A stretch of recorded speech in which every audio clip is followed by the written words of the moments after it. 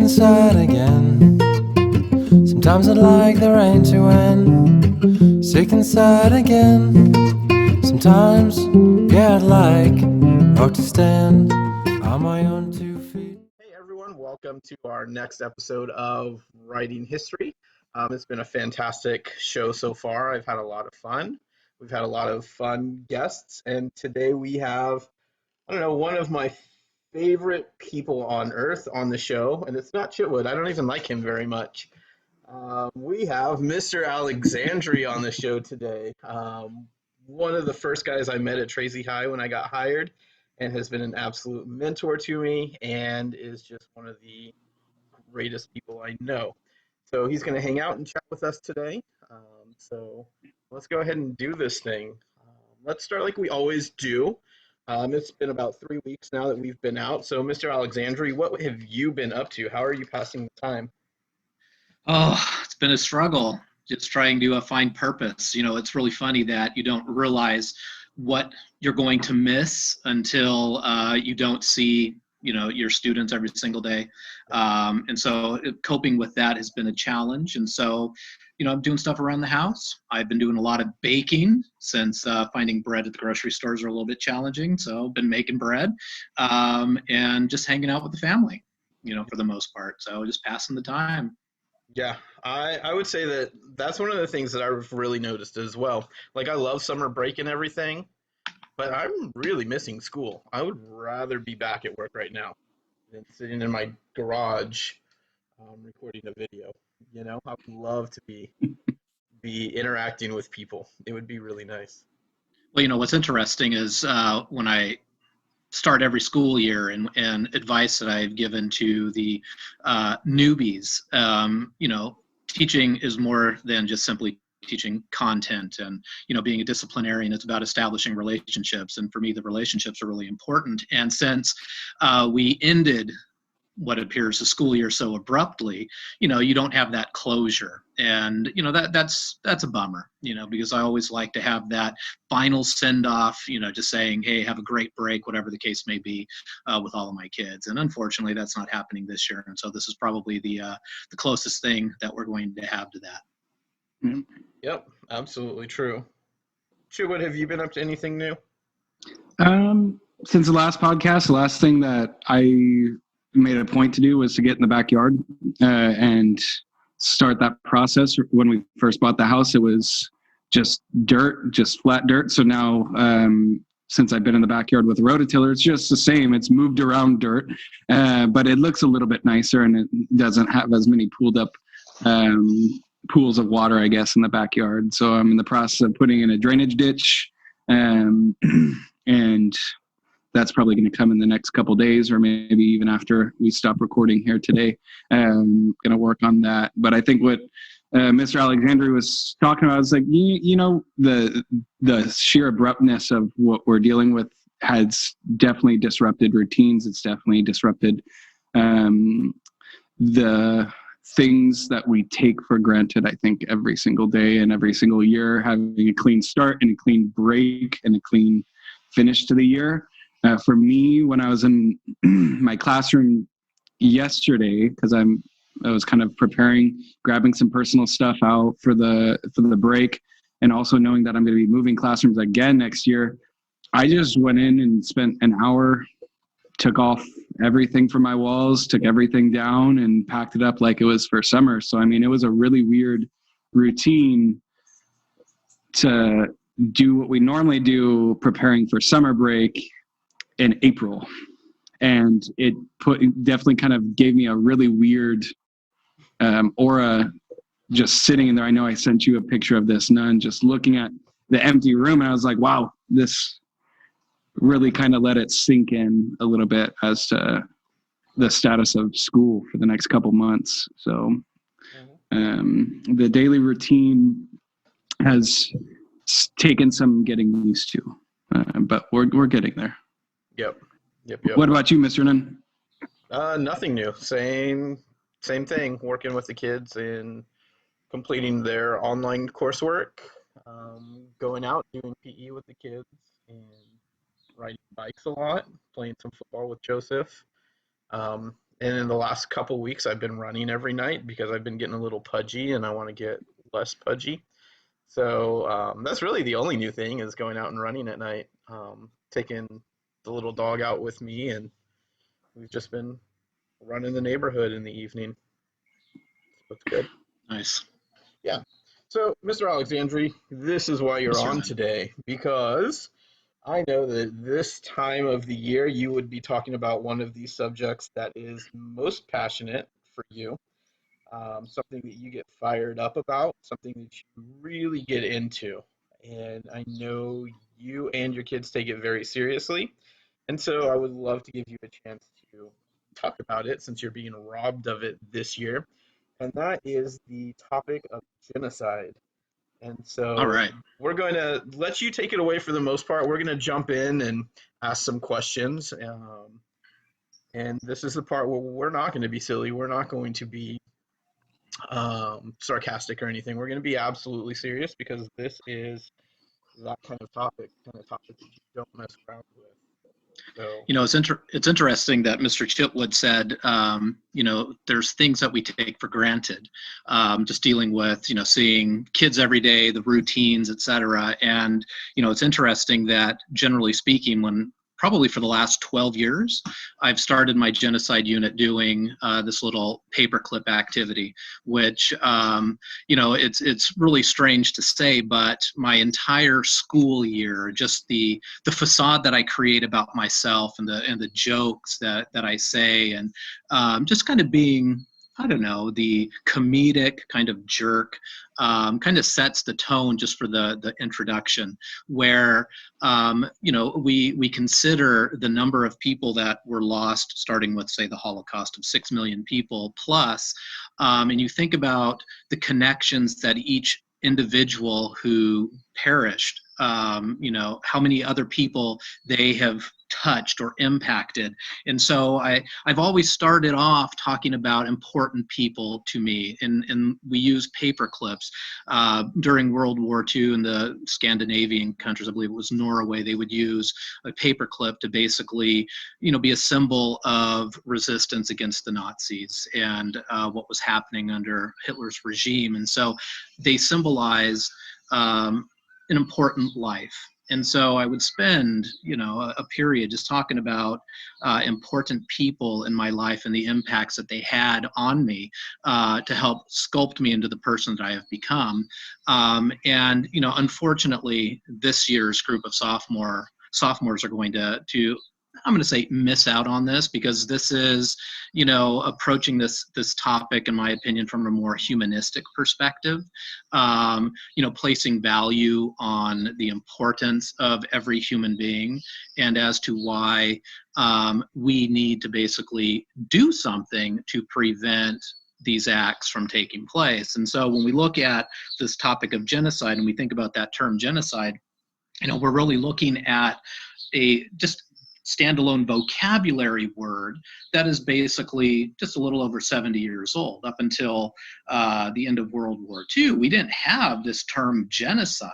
You know, when the Nazis perpetrated their crimes against the Jewish population and others, we didn't have a crime to charge the Nazis with at the Nuremberg trials. And so, real quick, I've got a question. Two questions, really. But the first one, was the genocide of World War II, was that the first genocide on record that we're aware of? No, we can go back. I was actually looking up a history of genocides this morning, and there's a long, you know, chronology of these events from taking place. You know, I think the ones that we generally start with is going to be the Armenian genocide during World War I, because that one really kind of sets the stage for events that are going to develop later. And I don't mean the perpetration of other genocides, but the legality aspect. It was really kind of a challenged idea of, you know, these leaders perpetrated a crime. And so we really didn't have it didn't seem like a concerted effort to bring justice to those that perished. And it won't be until 1921 or 22, Talat Pasha, who was a key figure in perpetrating the genocide against the Armenians, is going to be assassinated by a revolutionary guy named Soghomon Tehlirian. It kind of runs parallel in a way to the assassination of the Archduke Francis Ferdinand leading up to World War I, where you have a young guy angry over, we'll just keep it simple, the situation. He took it upon himself to assassinate Talat Pasha, and Tehlirian was going to be arrested for the assassination, and that's going to create a series of questions, one in particular, which is going to be posed by Raphael Lemkin, the individual who coined the term genocide, is how is it that one man can kill another man and is going to be put on trial for murder, but it is okay for one man or a government to kill 1 million people and basically walk away from it. And so that really is going to start this debate on, how do we bring justice for those that have been, put through this situation, and basically, not have justice. And that kind of brings us to 1951 with the UN, right? The implementation, 1948 is when we basically come together, we sit down, we draw up, definitions, how genocide is committed, so geno and side, geno tribe, side to kill. So we have the Greek and Latin origin, and then we have methodology. And so, when you look at the United Nations definitions and the way that I approach it, and this is the part that makes things, I think, a little bit challenging, is there intent to destroy the group in question? Do we have intent? And so, by definition of the UN, there should be the intent to destroy the group. And how does one go about destroying the group? Well, killing members of the group. So we have the methods of how it basically is going to be committed. But, the burden, of course, is always the burden is determining if there was indeed intent to destroy. Okay. And what's interesting, kind of going back, even prior to the Genocide Convention, as early as 1933, Raphael Lemkin, wrote up basically a paper where he basically is describing 2 events that kind of fit into those 5 ways to commit genocide. Except, of course, he didn't have the terminology that we use now, but he was using, phrases like committing acts of barbarity and acts of vandalism. And of course, the idea of barbarity is essentially, carrying out the violence against the group, the killing, the removing of children, et cetera, et cetera. And then the idea of the act of vandalism is now focusing on the destruction of cultural aspects, so anything iconoclasm, all that kind of stuff. I'm sorry? Iconoclasm and how Exactly. that can fit into stuff. Yeah. Yeah, and so, that was as early as 1933. And of course, in 1933, a lot of changes are taking place internationally. I mean, we basically have, the League of Nations is starting to wither a little bit. I mean, Germany is going to be pulling out of the League of Nations. Japan's going to be pulling out of the League of Nations. Hitler, of course, is, in control of Germany. We're starting to see boycotts of Jewish shops in Germany. And Lemkin, during, 1933, wanted to basically address the topic of genocide once again, or excuse me, not genocide, but the killings of the Armenians, okay, the genocide, of course, and then, of course, warn the public about the activities of Adolf Hitler, because already he is targeting a particular group in Germany, which of course that's going to be through the boycotts of Jewish shops, and then that's going to escalate, of course, to something much more sinister, perhaps starting with the 1935 passing of the Nuremberg laws, which of course is going to fit into one of our 10 stages of genocide, that of course, my students spend a great deal of time dealing with once we get into this unit. Yeah, so could you give us a rundown of what the 10 stages are and how maybe the Holocaust fits into these 10 stages? What's interesting, Yeah, certainly. I was listening to Dr. Gregory Stanton, who basically is the founder of the Genocide Watch organization and the creator of these stages, and he was basically addressing a current situation in Myanmar, okay, dealing with the Rohingya, and he basically broke it down rather nicely in regards to how these stages fit in there, but we can easily use these stages for the Holocaust or even for the Rwandan genocide. The first two stages that he addresses is the classification stage and symbolization. And in some cases, you can see classification takes place in basically every society because it kind of creates an us and them. It's a way of simply put, identifying people, as the us versus them. Um, and when you basically go to Myanmar, which of course is a current situation, we basically have had, the Rohingya be stripped of their citizenship. And so now they are being classified as, to keep it simple, outsiders to the particular group. And during the Holocaust, you can see the same thing happening with the Jewish population, being stripped of citizenship, basically not being allowed to be citizens, being labeled as any type of negative term that you can think of to basically create that us versus them idea. Creating that divide. Yeah, I mean, it's all, the early stages is all about that division, going from classifying. You have symbols, and symbols could be, physical symbols. I'm wearing basically, my Pachamama necklace, Mother Earth necklace, which is a symbol. Some of us will wear a crucifix, some of us, whatever we wear to identify ourselves, sometimes, we'll do that voluntarily, but in other cases, by the actions of the state, we're creating maybe a term, or again, the symbol that we want to represent a particular group. Going back to the Rohingya, they're basically being symbolized as being Bengali. So there are these outsiders that's not part of the Burmese, or what's going to be the identifier for people from Myanmar. That particular group. So they are, they're being psychologically separated, I think, and being identified as being different. Then we go on to the discrimination process, and of course that's when we start having the some of the legal aspects to basically take rights away from individuals.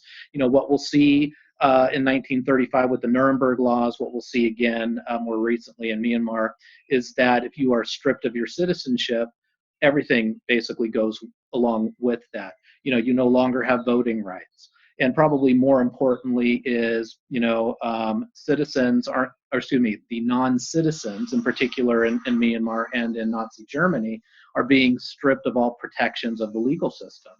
And so if you have zero protections, then, it's fair game to basically carry out whatever acts against that particular group without concern or worry of any type of consequence for those actions. And then it just escalates from there. You start with the dehumanizing. You start associating the target group with, I don't know, a parasite, a problem to our society, to again create that psychological aspect. There you go. You have these stages coming up. You have all of these aspects to basically target that particular group, to make it easier to essentially eliminate them. And then you start putting it into play. Organization, which we have, it's number 4. You have basically militia groups, or you have the armed forces that are basically prepared to go about the process of taking care of that particular group. You have the polarization aspect, which could be in the form of hate propaganda for starters, or based on some of the new. Do you have the 10 or the 8, Mr. Chitwood? I have the 8.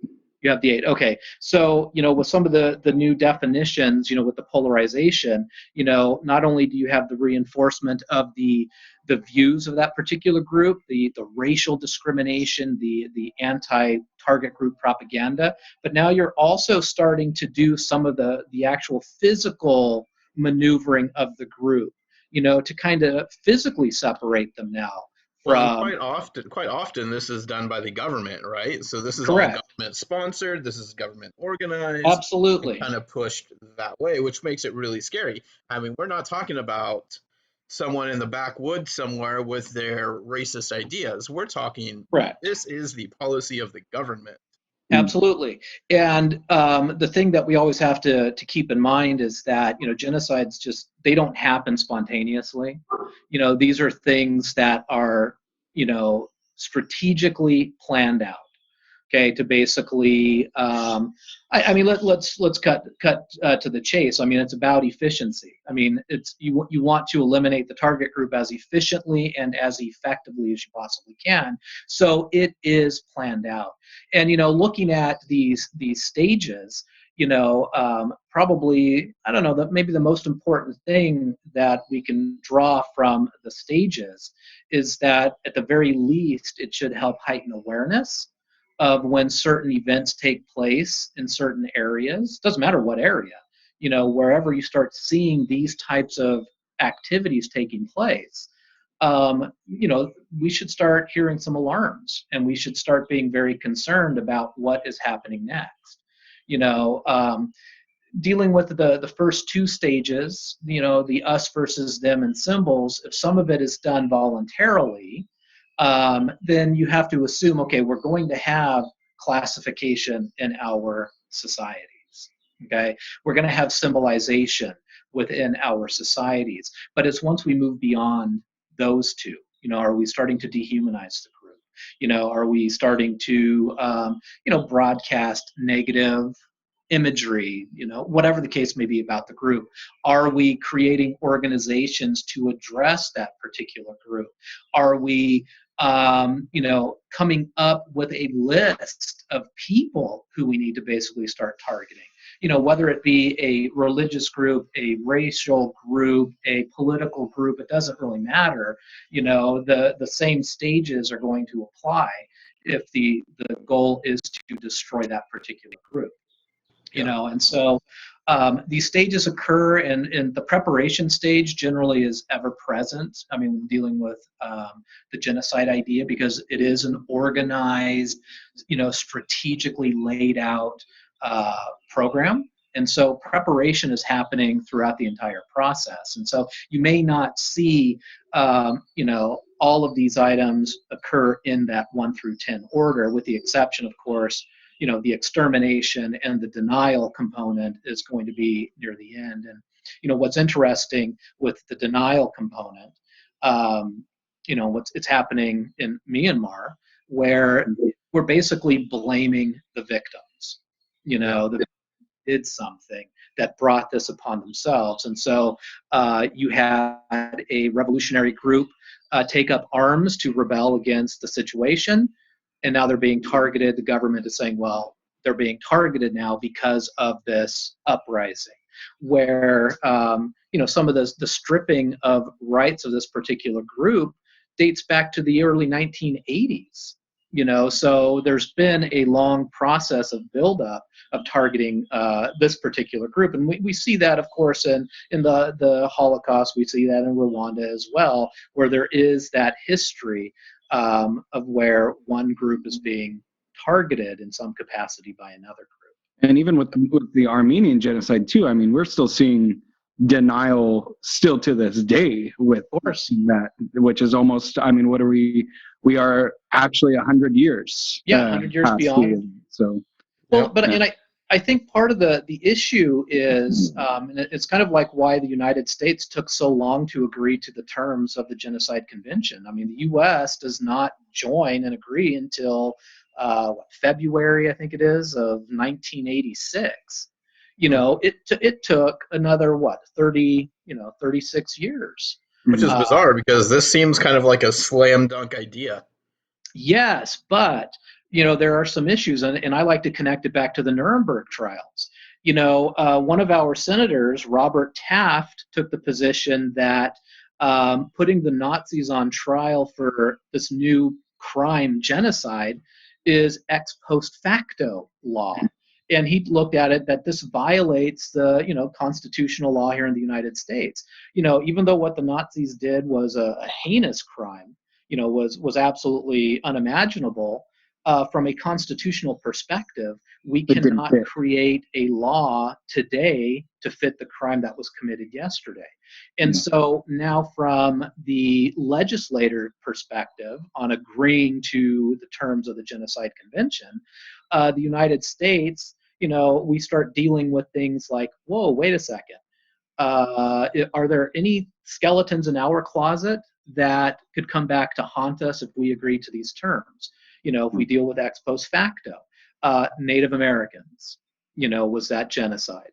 Since one of the ways that we commit genocide is by inflicting either physical or mental harm on people, I don't know, segregation in the South, is that an act of genocide? And so I think Japanese internment and exactly, internment, act of genocide. These are all things that we do not have a definitive response to. Are we going to be held accountable for that, even though it occurred years prior? And I think that was an issue. I think that kind of slowed things down. And plus, we think in tangible terms. Dealing with genocide, how many people need to be killed in order for genocide to be classified as genocide? And of course there isn't a number.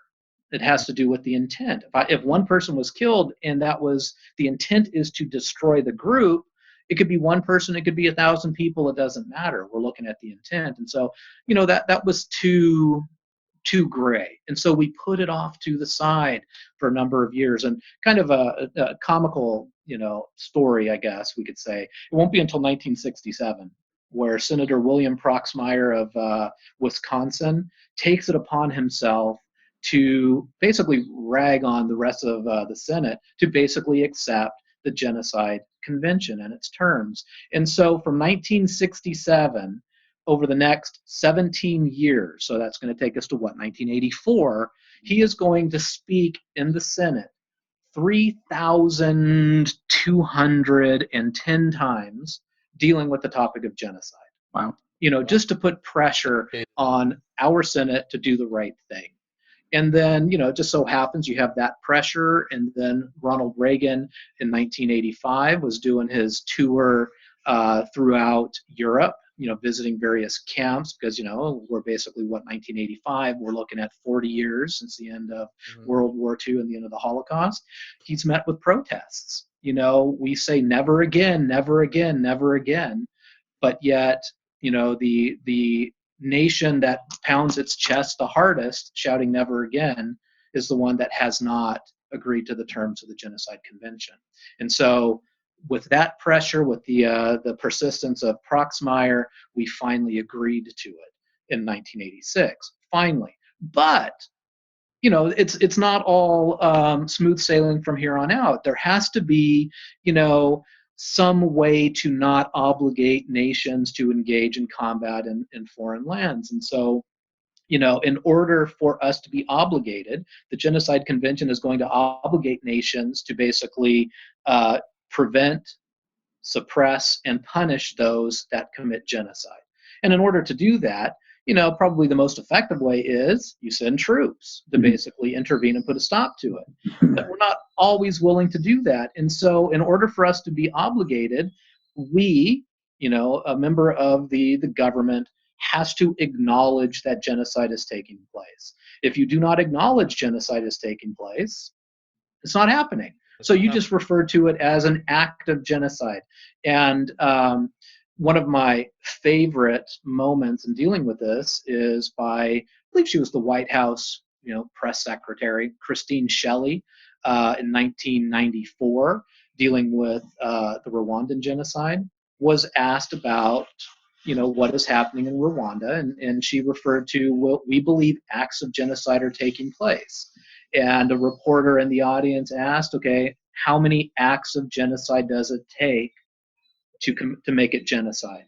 And she was, completely thrown off by this, not knowing how to respond to that. She basically just said, you know what, I have strict guidelines that strict definitions, and this is the way that I'm answering. It's an act of genocide. Therefore, we could say, yeah, killings are taking place, removing children, all of these things are taking place, but what's lacking?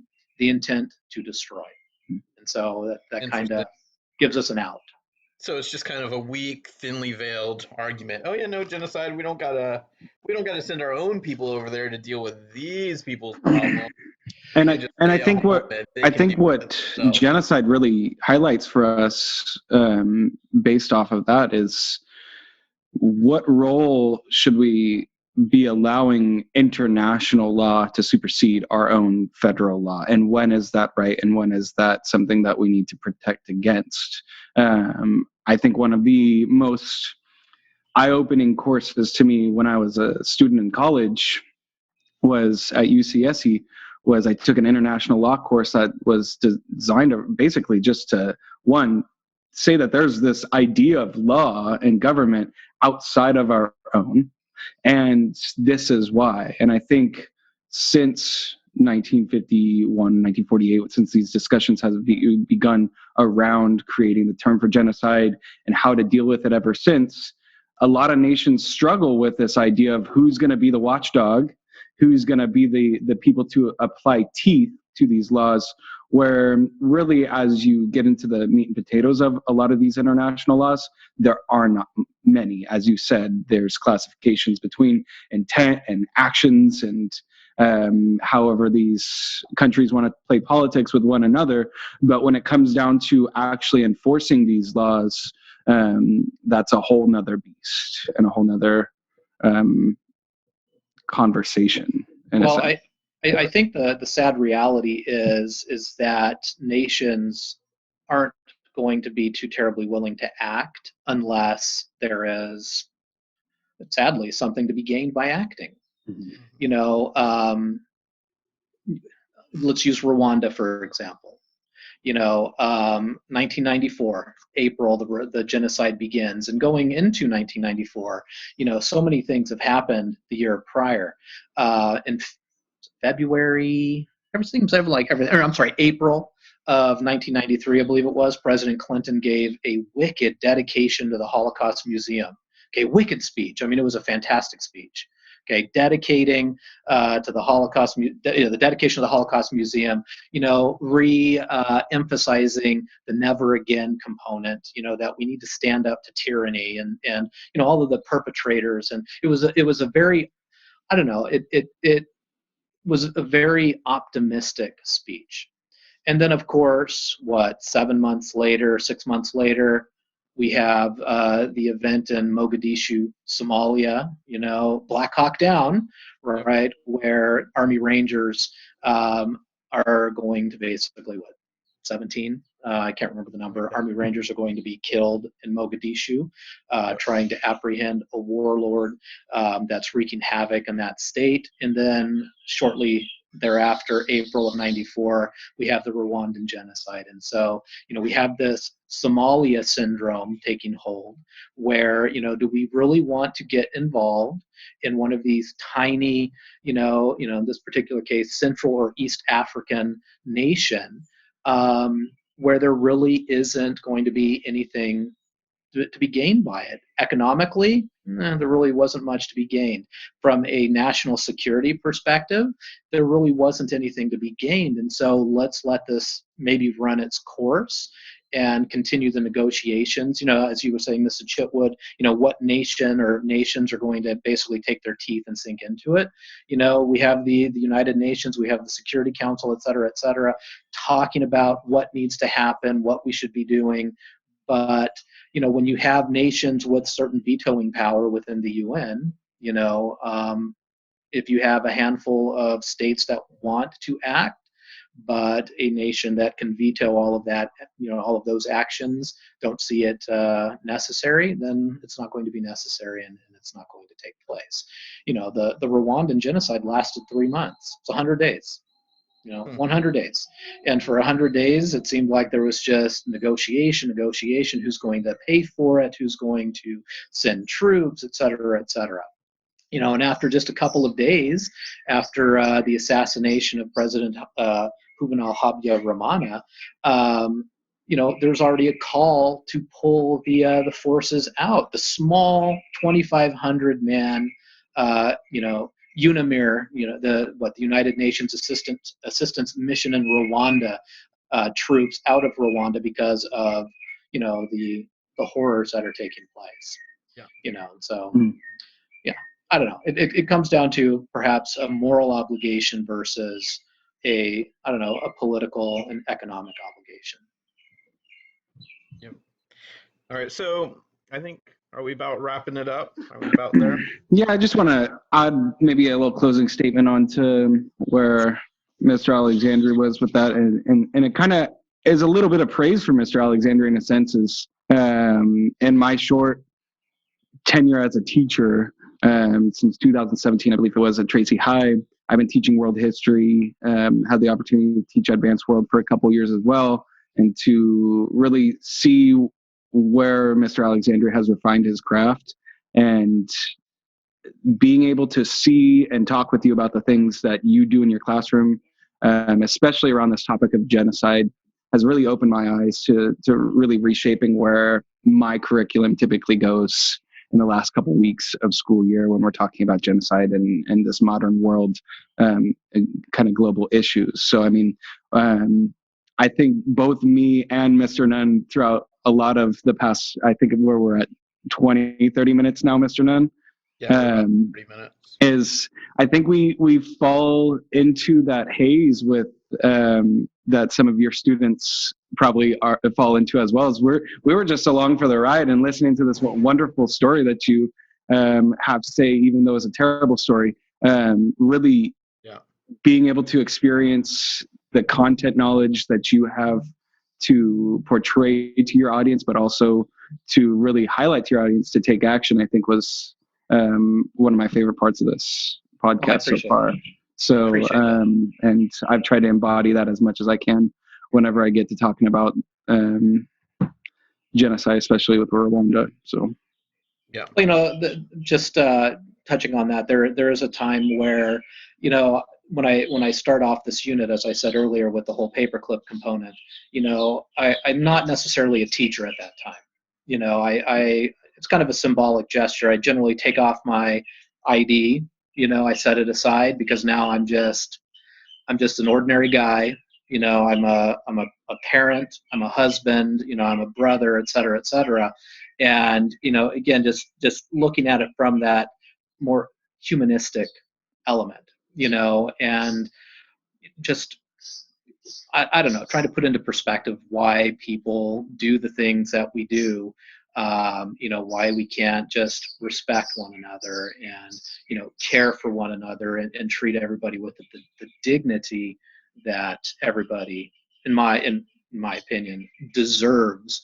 And, that's the one entitlement that I believe in, that everyone is entitled to be treated with dignity and with respect for being a human being.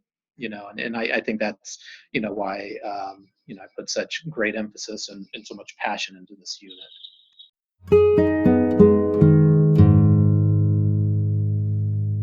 A moment of silence, please, for those that never get the chance. They'll show up to the party, yeah, but they never ask to dance. The losers and the liars and the bastards and the thieves, the cynicists, yeah, the pessimists, and those that don't believe in nothing. I never met a loser that I didn't see eye to eye with. I declare, I stare into your eyes, you look right past me into the air. What's it like to stand in your shoes, to have never felt the belt of somebody's abuse? And I take the bottle, yeah, I tip it to all my heroes that have passed. The last you have left us, but your stories, they will last. Uninspired by the recruiting call, independent we stand and independent we fall. So tell me, how long do you think you can go before you lose it all? Before they call your bluff and watch you fall? I don't know, but I'd like to think I had control at some point, but I let it go when I lost my soul. I sit tight, but the revolution's years away. I'm losing faith, yeah, I'm running low on things to say. So I guess I have no choice but to regurgitate the tired anthem of a loser and a hypocrite. Oh, to have died that night. I realized it wouldn't last. Our days were numbered, yeah, the Reaper tipped the hourglass. The final mayday of our sinking ship had come and passed. Oh, to the west, you don't know what it is you're running from, but everybody's laughing loud. The last chance to make your mother and your father proud. Whoa, whoa, whoa, whoa. A moment of silence, please, for those that never get the chance. They'll show up to the party, but they're never asked to dance. Oh, the losers and the liars, yeah, the bastards and the thieves, the cynicists, yeah, the pessimists, and those that don't believe in nothing. They set a box upon your house, upon your family, and everyone you ever knew and everyone you'll ever meet. I bet they think we wish we joined when we could, but we do what we want and we don't do what we should, yeah. Everybody's laughing, yeah, they're thinking they're in on something I don't get. Don't forget, I connect and I read every word you said, like a child who believes he was wrong. If you hate me so much, then stop singing my songs. And tell me, how long do you think you can go before you lose it all? Before they call your bluff and watch you fall? I don't know, but I'd like to think I had control at some point, but I let it go when I lost my soul. I sit tight, but the revolution's years away. I'm losing faith, yeah, I'm running low on things to say. So I guess I have no choice but to regurgitate the tired anthem of a loser and a hypocrite. Oh, to have died that night, I realized it wouldn't last.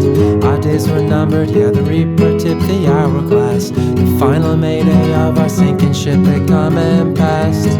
Oh, to the west, you don't know what it is you're running from, and everybody's laughing loud. The last chance to make your mother and your father proud.